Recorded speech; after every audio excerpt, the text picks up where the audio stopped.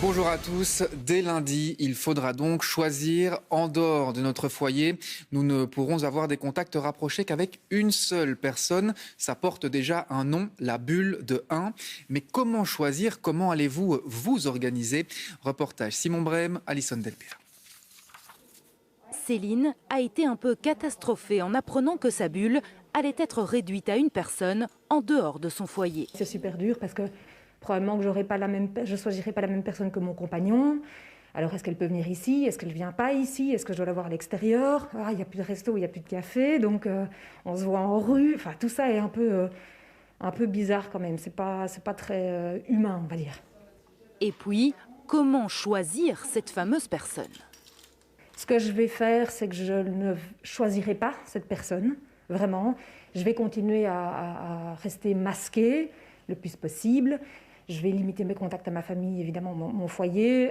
Je suppose que je verrai mes sœurs, mais toujours masquées aussi, parce que j'ai 3 sœurs et c'est pas évident de choisir entre les 3. Mais Céline est loin d'être la seule à se demander comment s'organiser avec cette nouvelle mesure.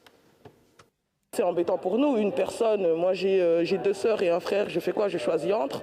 Donc voilà, c'est un peu délicat, disons. Je trouve que c'est un petit peu compliqué quand on a des grands-parents. En voir un seul de cette manière, je trouve ça un peu compliqué. Mais bon, les règles sont là pour être respectées. Et certains ne comprennent pas tout à fait l'utilité de cette mesure. Moi, je pense que c'est un peu illogique et un peu trop aussi sévère par rapport à ce qui se passe, parce qu'ils ne sont pas là pour vérifier, ils ne sont pas là pour voir, donc il y a tellement de gens qui ne respectent pas que voilà, au final, le corona, il se propage quand même. Les bulles, depuis quelques mois, on sait très bien que, enfin moi le premier, c'est très peu respecté, pas par mauvaise foi, mais c'est juste qu'on veut voir ses parents, c'est tout de suite 2 personnes. Quoi qu'il en soit, il vous reste peu de temps donc pour décider qui dans vos proches, en dehors de votre foyer, constituera votre bulle de 1 pour un mois. Et depuis hier soir, l'une des mesures qui fait le plus parler, c'est la fermeture du secteur de l'Horeca pour 1 mois au moins. Une mesure, vous allez le voir, qui n'est pas toujours bien comprise par les tenanciers des cafés et des restaurants. Le reportage de Valentin Moigelot. Dans les rues hier soir, les clients apprennent peu à peu la nouvelle. C'est sans doute leur dernière soirée au restaurant avant minimum 1 mois. Je pense que c'est une mesure qui est normale étant donné l'étendue du Covid. Mais j'avoue que nous, on arrive tout juste à Bruxelles, alors on est un peu triste de ne pas pouvoir plus découvrir la ville cette année. D'un côté, je pense que le gouvernement a raison de prendre ces mesures, bien évidemment. Mais après, bien sûr, on est toujours triste. Enfin, voilà, donc c'est pour ça qu'on profite de notre dernière soirée ici. Ce matin, dans les restaurants, la colère est grande. Séverine tient ce restaurant depuis bientôt 18 ans. Avec la crise du Covid, son établissement a plongé dans le rouge. Et avec les nouvelles mesures, elle doit envisager de fermer définitivement. Ce qu'on est en train de faire maintenant, c'est tuer des commerces qui mettent au boulot. Moi, personnellement, on est 14 ici. 14 personnes, potentiellement, qui seront tous au chômage dans 1 mois. Parce que moi, j'ai aucune certitude de réouvrir dans 1 mois. Aucune. Ce que je vais faire pendant 1 mois, là, j'ai des amis qui me disent « Tu vas pouvoir te reposer ». Je ne vais pas me reposer. Je vais préparer le document, les dossiers que je vais pouvoir aller déposer au tribunal du commerce pour dire « Voilà dans quelle situation je suis, qu'est-ce qu'on fait? On fait faillite ou on fait PRJ ?» On en est là. Il faut se rendre compte de ça. Et on est plein dans le cas. Les autorités annoncent un soutien pour l'Horeca. Il est question d'un doublement du droit passerelle pour le secteur, des montants jugés dérisoires. Ça va me permettre de faire quoi? De payer moi, l'emprunt de ma maison, parce que le sursis qu'on a eu de 6 mois par rapport aux emprunts arrive à échéance. Donc merci l'État de nous permettre de payer le toit au-dessus de notre tête. Et nous, en Horeca, on est juste comme ça, étranglés, assaillis de rappels de paiement, assaillis de courriers de recouvrement, et on n'a aucune possibilité de rembourser qui que ce soit, puisque notre activité est mise à l'arrêt du jour au lendemain. Comment l'Horeca va-t-il encaisser cette nouvelle période de fermeture? Le secteur attend une rencontre avec les autorités. Oui, justement, la fermeture des établissements Horeca va s'accompagner de mesures de compensation. 500 millions d'euros devraient être débloqués au niveau fédéral. Bonjour Rachel Crivellaro. Est-ce qu'on en sait plus sur la mise en œuvre concrète de cette aide ?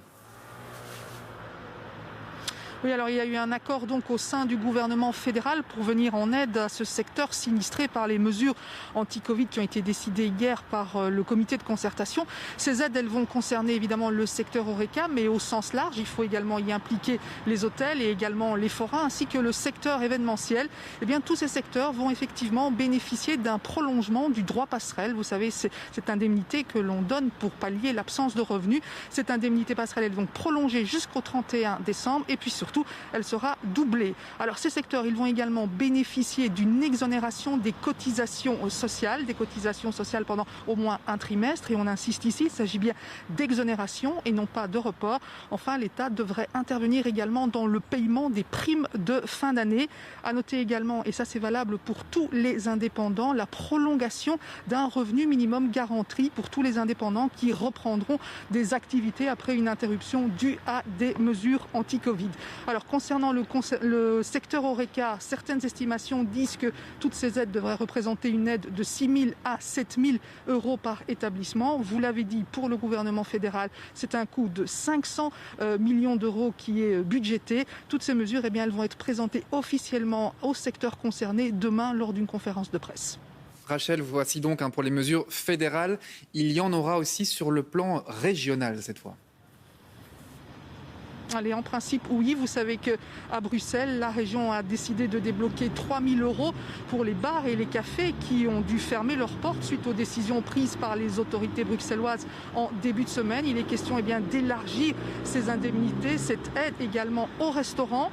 On sait également que côté flamand et côté wallon, on planche également sur des aides complémentaires. Il y a beaucoup de réunions qui sont en cours, notamment du côté wallon, pour essayer d'évaluer le montant de ces aides. Et le travail est très compliqué parce que la situation budgétaire, elle-même est déjà très compliquée et donc pas facile de voir un petit peu comment faire pour venir en aide à ce secteur.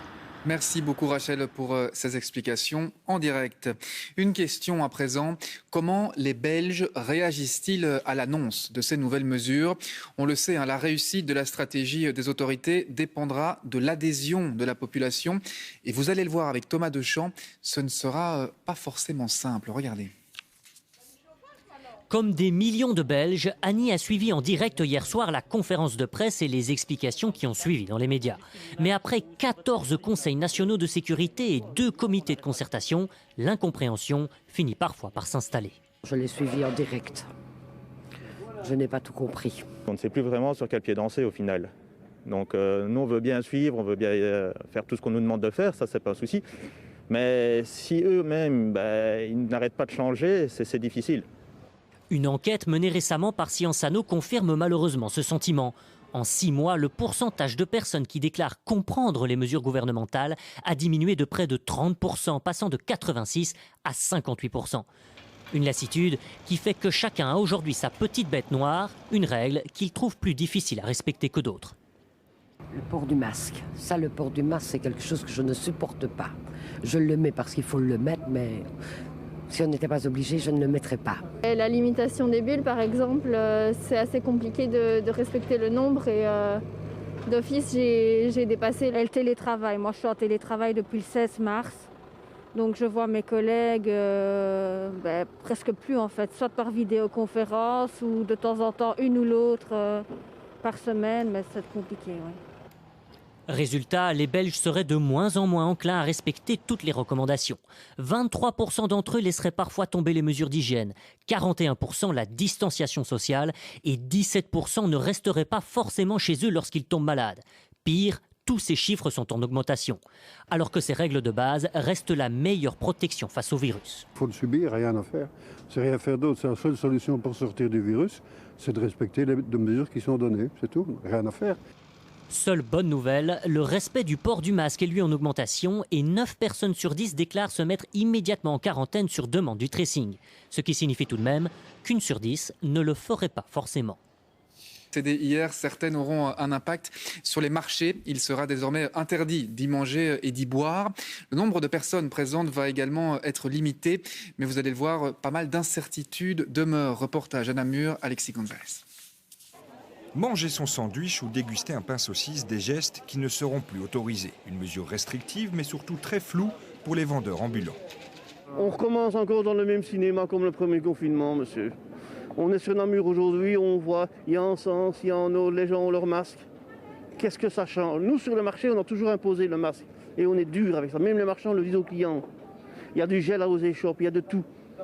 Alors ici, ça commence de nouveau encore à être la même chose que le premier confinement.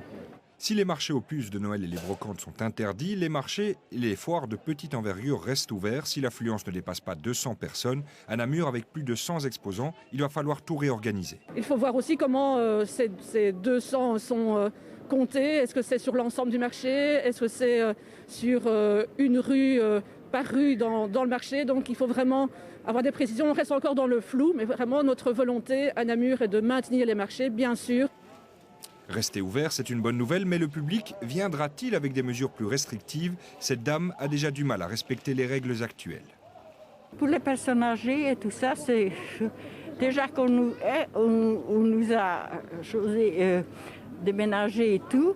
Il faut tout trouver. Et puis alors, quand vous arrivez, bon, vous passez, le marchand il est plus loin, vous devez retourner, c'est pas possible, quoi.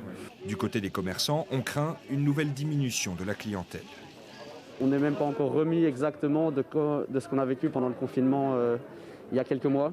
La norme du coup va être le télétravail, les restaurants vont être fermés, etc. Donc les gens vont être dans une routine où ils sont chez eux et doivent sortir le moins du tout. Des mesures plus restrictives, une affluence limitée et des contrôles renforcés, voilà la nouvelle réalité pour les marchés dans les prochaines semaines.